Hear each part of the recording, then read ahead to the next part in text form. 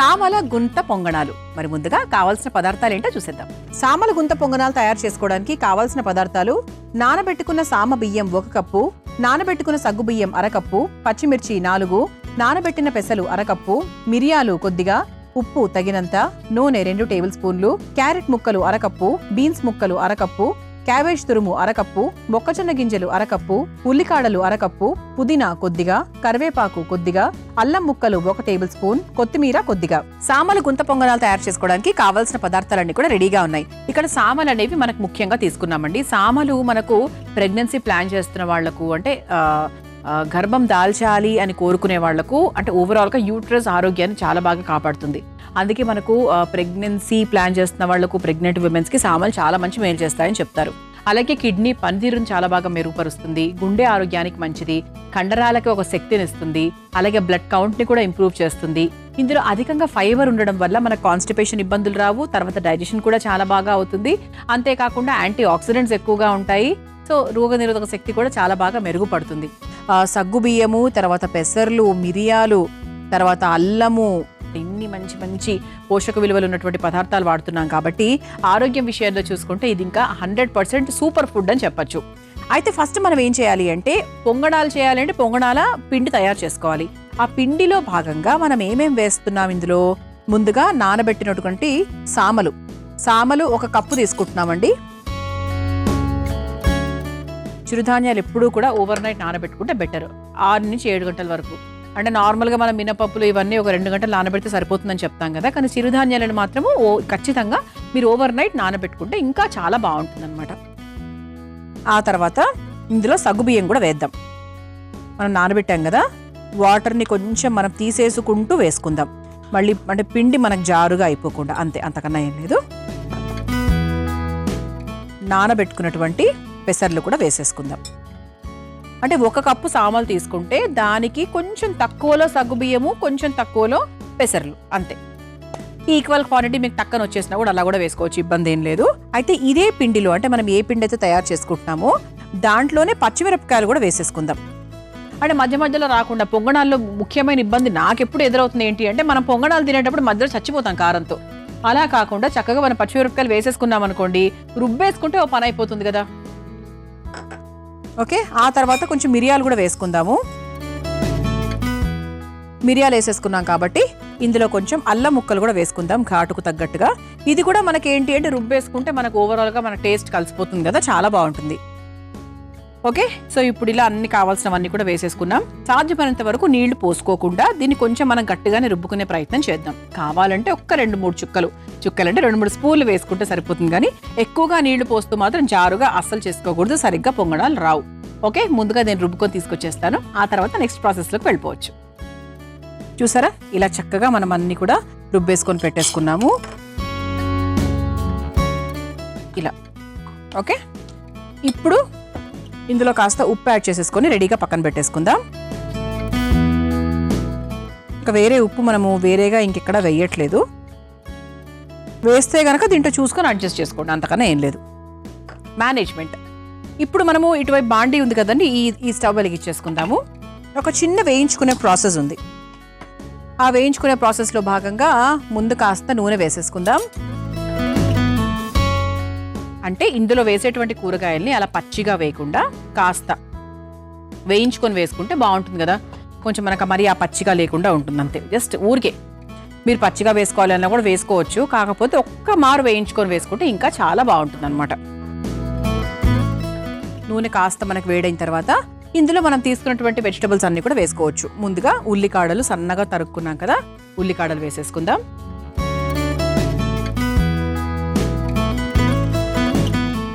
ఆ తర్వాత క్యాబేజ్ తురుము కూడా వేసేసుకుందాం. క్వాంటిటీస్ చూసుకొని వేసుకోండి.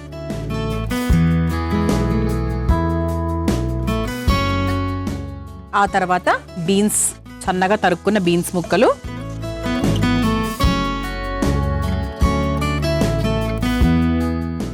ఆ తర్వాత సన్నగా తరుక్కున్న క్యారెట్ ముక్కలు, స్వీట్ కార్న్, మొక్కజొన్న గింజలు. ఇది కూడా మనకి ఎక్కువ వేసుకుంటే మనకి పిల్లలు కూడా చాలా ఇష్టంగా తింటారు. మీరు ఏమైనా కాస్త ఉప్పు యాడ్ చేసుకుంటే కనుక మీరు అందులో పిండిలో చూసుకొని వేసుకోండి. ఓకేనా? నేను ఇందులో కూడా కాస్త ఉప్పు యాడ్ చేస్తున్నాను, ఎందుకంటే ఎప్పుడు కూడా నాకు అలవాటు కూరగాయలు మనకి మగ్గేటప్పుడు ఉడికేటప్పుడు కాస్త ఉప్పు వేయడం అలవాటు. దానికి తగ్గట్టుగానే నేను పిండిలో కూడా ఉప్పు వేసుకున్నాను. ఓకే అండి, లైట్గా మనం సాటే చేసుకున్నాం కాబట్టి సరిపోతుంది, ఎక్కువ అక్కర్లేదు. ఇప్పుడు ఈ పిండిలో మనం చివరిగా పుదీనా వేసుకుందాము. కొంచెం మనకు మంచి ఫ్లేవర్ రావాలంటే పుదీనా ఎంత ఎక్కువ వేసుకుంటే మనకు అంత టేస్టీగా ఉంటుంది. ఆ తర్వాత కాస్త కొత్తిమీర, ఆ తర్వాత కాస్త కరివేపాకు, ఆ తర్వాత మనము ఇలా చక్కగా సాటే చేసుకొని పెట్టుకున్నటువంటి కూరగాయ ముక్కలు ఏవైతే ఉన్నాయో అవి వేసేసుకుందాం.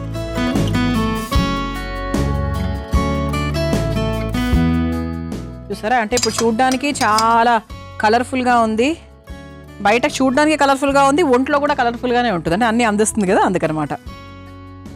ఇది కలిపేసుకున్నాం కాబట్టి ఇప్పుడు ఈ పొంగనాల పెనం వెలిగించేసుకుందాం.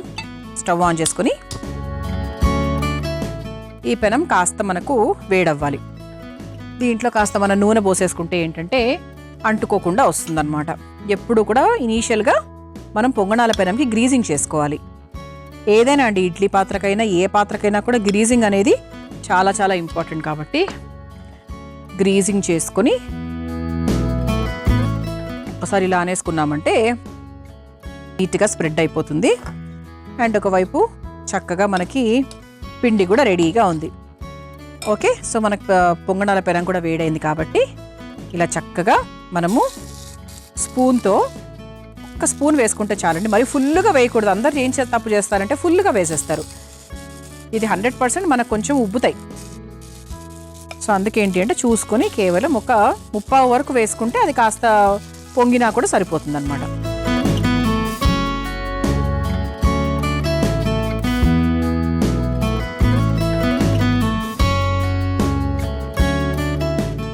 ఇలా చక్కగా వేసేసుకున్నాం కదా.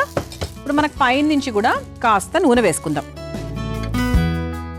ఇలా సామల గుంత పొంగనాలు వేసేసుకున్నాము. ఎంత కరకరలాడుతూ ఉన్నాయంటే చూస్తుంటే అర్థమైపోతుంది, ఎందుకంటే చాలా ఫాస్ట్గా అయిపోయిందండి రెండు వైపులా. చూసారా, ఇక స్టవ్ కూడా ఆఫ్ చేసేయచ్చు, మళ్ళీ మాడిపోతుంది. ఓకే, స్టవ్ ఆఫ్ చేసేసుకొని సర్వింగ్ ప్లేట్లోకి తీసేసుకుందాం.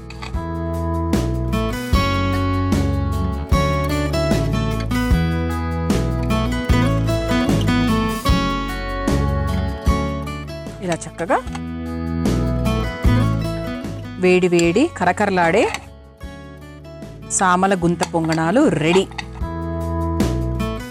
అంటే చాలా ఫాస్ట్గా అయిపోయిందండి. మీకు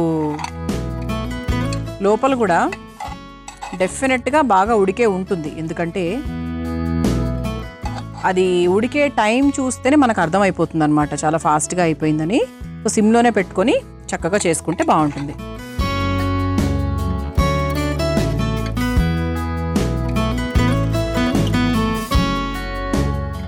ఇలా చక్కగా వేడివేడిగా రుచికరమైన కరకరలాడే సామల గుంత పొంగనాలు మీ అందరి కోసం రెడీ. మరి మీరు తయారు చేసుకోవాలనుకుంటే కావాల్సిన పదార్థాలు తయారు చేసుకునే విధానం మరొకసారి చూసేయండి. సామల గుంత పొంగనాలు తయారు చేసుకోవడానికి కావాల్సిన పదార్థాలు: నానబెట్టుకున్న సామ బియ్యం 1 కప్పు, నానబెట్టుకున్న సగ్గు బియ్యం 1/2 కప్పు, పచ్చిమిర్చి 4, నానబెట్టిన పెసలు 1/2 కప్పు, మిరియాలు కొద్దిగా, ఉప్పు తగినంత, నూనె 2 టేబుల్ స్పూన్లు, క్యారెట్ ముక్కలు 1/2 కప్పు, బీన్స్ ముక్కలు 1/2 కప్పు, క్యాబేజ్ తురుము 1/2 కప్పు, మొక్కజొన్న గింజలు 1/2 కప్పు, ఉల్లికాడలు 1/2 కప్పు, పుదీనా కొద్దిగా, కరివేపాకు కొద్దిగా, అల్లం ముక్కలు 1 టేబుల్ స్పూన్, కొత్తిమీర కొద్దిగా. సామల గుంత పొంగనాలు తయారు చేసుకునే విధానం: ముందుగా ఒక మిక్సింగ్ బౌల్లో నానబెట్టుకున్న సామలు, నానబెట్టుకున్న సగ్గుబియ్యం, నానబెట్టుకున్న పెసర్లు, పచ్చిమిర్చి, మిరియాలు, అల్లం ముక్కలు వేసి మెత్తగా రుబ్బుకోవాలి. తర్వాత అందులో కాస్త ఉప్పు, ఆ తర్వాత కాస్త పుదీనా, కొత్తిమీర, కరివేపాకు వేసి కలిపి పక్కన పెట్టుకోవాలి. ఇప్పుడు స్టవ్ వెలిగించి బాండీలో నూనె వేసి వేడయ్యాక అందులో ఉల్లికాడలు, క్యాబేజ్ తరుగు, బీన్స్, క్యారెట్ ముక్కలు, మొక్కజొన్న గింజలు, కాస్త ఉప్పు వేసి వేయించుకుని ఒక మిక్సింగ్ బౌల్లోకి తీసుకుని కలిపి పెట్టుకోవాలి. ఇప్పుడు మరో స్టవ్ వెలిగించి పొంగనాల ప్యాన్కి నూనె రాసి వేడైన తర్వాత కలిపి పెట్టుకున్న సామల మిశ్రమాన్ని పొంగనాల్లాగా వేసుకొని పైన నుంచి నూనె వేసి 2 వైపులా కాల్చుకొని ఒక సర్వింగ్ ప్లేట్లోకి తీసుకుని సర్వ్ చేసుకుంటే సామల గుంత పొంగనాలు రెడీ.